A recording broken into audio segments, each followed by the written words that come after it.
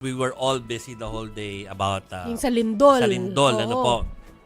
And in all fairness, ang sa Senate po kanina ay meron naman silang moment na inialay po sa pagtalakay sa naganap po sa Cebu. Cebu. Ano, tapos pagkatapos na ano na sila, parang nandun kasi ang Alas Pilipinas eh. So parang may tribute po ang Senate kanina. Pero hindi ko alam na kanina pala na pagbobotohan, yung pong resolution, anong number yun? 14 something. Basta yung resolution po para po ibigay yung essence or kagustuhan ng Senate na ang dating Pangulo po ay i-house arrest na lamang at hindi ma-detain doon sa detention center sa may Dahig. Ano po? So pinagbotohan na po ito kanina. Yes, amidst all of the ay talagang nangyari po ito. At mag-uulat tungkol dyan si Merrimon Reyes. Merrimon, ano ba nangyari?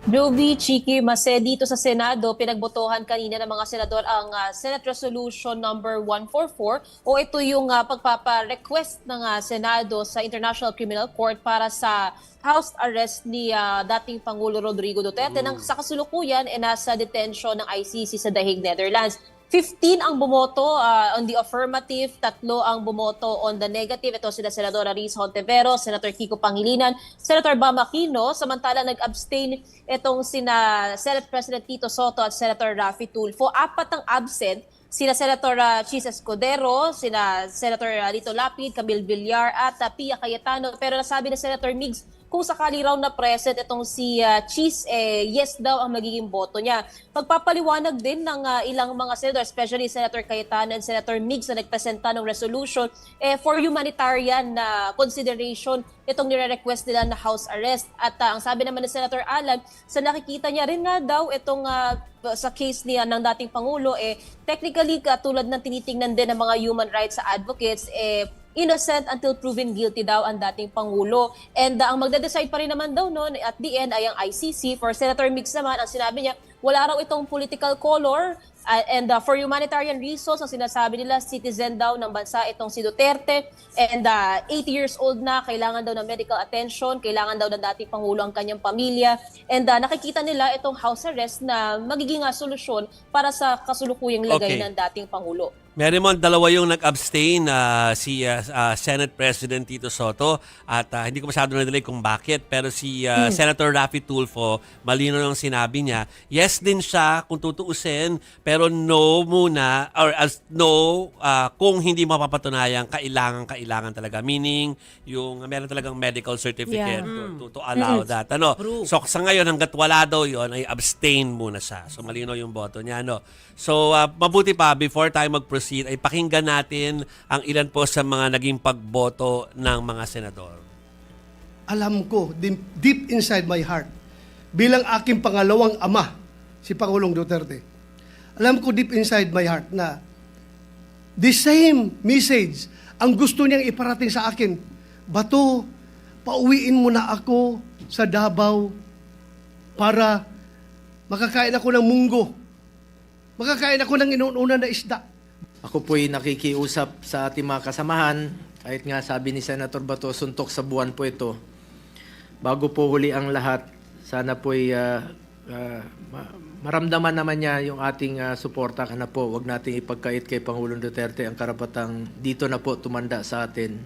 Sana po'y matuldukan na po ang pagkawatak-watak nating mga Pilipino. Ang gulo na po ng ating bayan, mas lalong gugulo po kung merong mangyari sa kanya.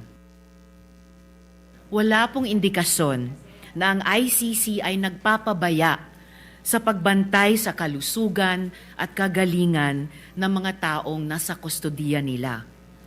May panayam rin po ilang araw ang nakalilipas kung saan sinabi ng pamilya ni former President Rodrigo Duterte na he is well, even jolly, naka-couch sa humanitarian terms.